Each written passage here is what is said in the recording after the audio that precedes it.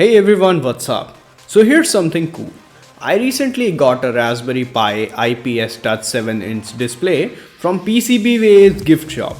This video is gonna be about sort of tutorial-ish kind of video in which I will show you guys how we can use this display with a Raspberry Pi to make all sort of projects like a cyber deck or a Raspberry Pi retro gaming console in my case. So without wasting any more time, let's get started.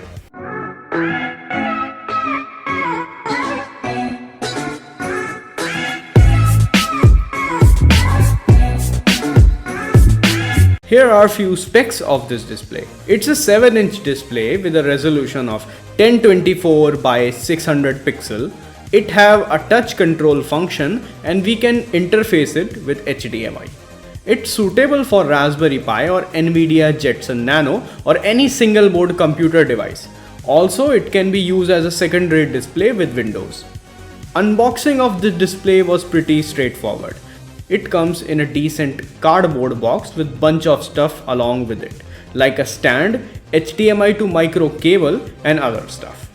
This display is not exactly robust and strong, so I first modeled its body in Fusion 360 and then 3D printed all the parts on my Ender 3 with white PLA. Then I assembled this whole display and then added Raspberry Pi Model 3B Plus on the back side of display with given mounting holes.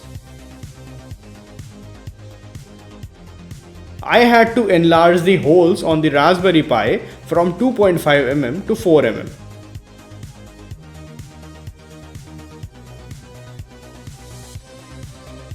After assembly, we now have a cool looking Raspberry Pi setup with a proper robust body. Now let's move on to the next crucial step, which is how to power this setup. As for display wiring, I connected the HDMI out of the Raspberry Pi to the HDMI port of the display with a small HDMI cable that came along with the display.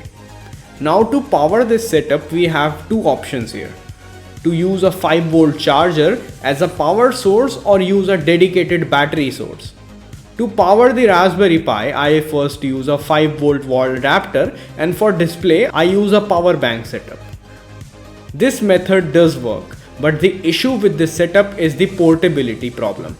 This setup is powered by a wall adapter, which is not at all portable. As for the game console OS, I am using Recalbox OS here. Why Recalbox OS? Why not use RetroPie or other OS? Well, the answer here is simple. Recalbox is an easy to use OS that comes with lot of free games pre-installed. Also, it's small and can run on low spec Raspberry Pi systems. Like in my case, I'm using a Raspberry Pi Model 3B Plus, which has 1GB RAM. It's not exactly the beast, but it can handle few retro games without breaking a sweat. Probably. Installing it is also very easy. Download the Raspberry Pi Imager. Select the right OS for your device, which would be Recalbox. Select your system, which is Raspberry Pi Model 3B. Raspberry Pi Imager will do the work of downloading and installing the Recalbox on the memory card. After booting the whole setup, our Recalbox works like a normal emulator. With keyboard, we can play bunch of stuff, like I'm playing this old retro game called Uranus 0, which is running on GBA, or even we can play Doom on it, which is also awesome. Using a 5V charger is good, but what if I want to make a handheld game console setup with this display? Well, I already have prepared a similar board for my previous game controller project that utilizes a power management IC, which is this IP5306, to step up the lithium ion battery voltage from 3.7 to 5V 2A. It also contains switches for the controller part. Here's the schematic for the PCB. I already did a whole video about this setup, so you can just check out that. But basically, I prepared a breadboard version first. After finalizing it and testing it thoroughly, I prepared the PCB and then sent it to PCBWay for samples. I uploaded its Gerber data to PCBWay's code page and ordered 5 PCBs in the black solder mask. I received these PCBs in a week, which was really fast. And I have to say, PCBs that I received were great as expected. Also, I purchased the display for this project from PCBWay's gift shop. It's a nice marketplace from where we can buy bunch of stuff from beans. Beans are like reward points that are earned by ordering PCBs from PCBWay or by posting project in their PCBWay community. Check out PCBWay for getting great PCB service at a less cost.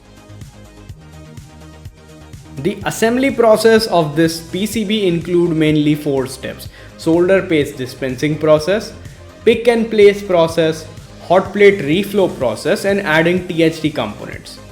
In the end, this was the result. We plug the battery and measure the voltage across the battery first, which is around 3.9 volt. And on the output side, the voltage is 5 volt, which is suitable for running both Raspberry Pi and the display. Also, I have added a USB cable to 5 volt and ground, so I could plug this in the display and power it. The Raspberry Pi will get powered by GPIO header directly, so we don't have to use its onboard USB port. I plugged the header pin of the custom circuit with GPIO pin of Raspberry Pi with this ribbon cable. This setup is temporary as I will be making a proper Game Boy layout PCB later in the next version. Here's how this setup would look for now. It's very makeshift, and yes, it's not proper or portable at all as it still have so much stuff hanging around. This setup is just for proving a concept.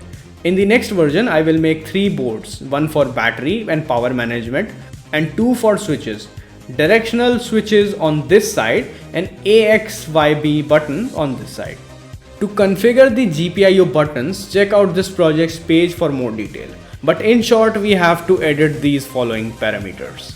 Then we just save this file and reboot the Pi and GPIO will work.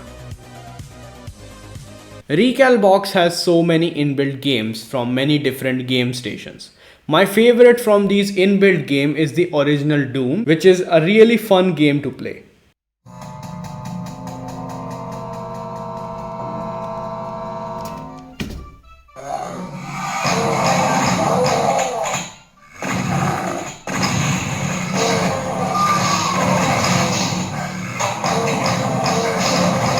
Also, this is an open source retro game emulator, which means we can add any old games from any game system and run them on this setup.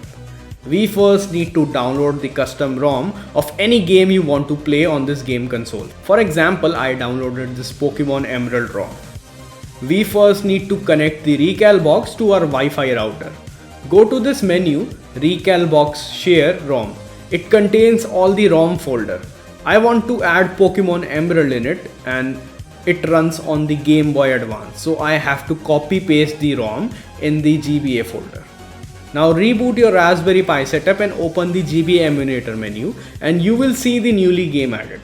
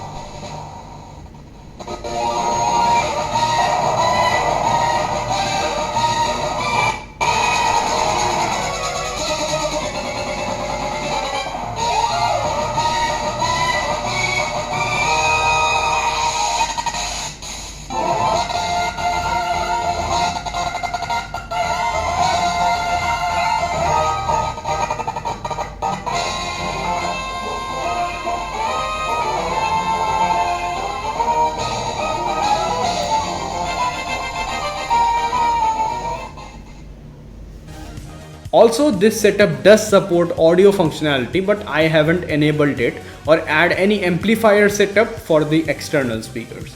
Good thing is that we are using a Raspberry Pi 3 Plus which comes with Bluetooth, so we can pair any external speaker to this setup.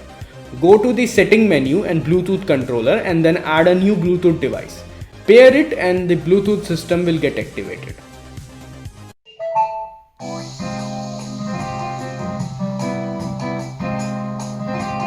I added one of my recent project with this system, which was this Jacko speaker project. Check out more about this from here. This setup works pretty well, but I need to change few things in it, which include a better boost converter module. This setup has IP5306, which provide constant 5 volt 2 ampere as an output, but this setup required more than 2 ampere. Also, the GPIO buttons PCB need to be redesigned, which I will do in the next version. This is it for today, guys. Thanks PCBWay for supporting this project. Check out PCBWay for getting great PCB service at a less cost. And I'll see you guys soon with the next project. Peace out.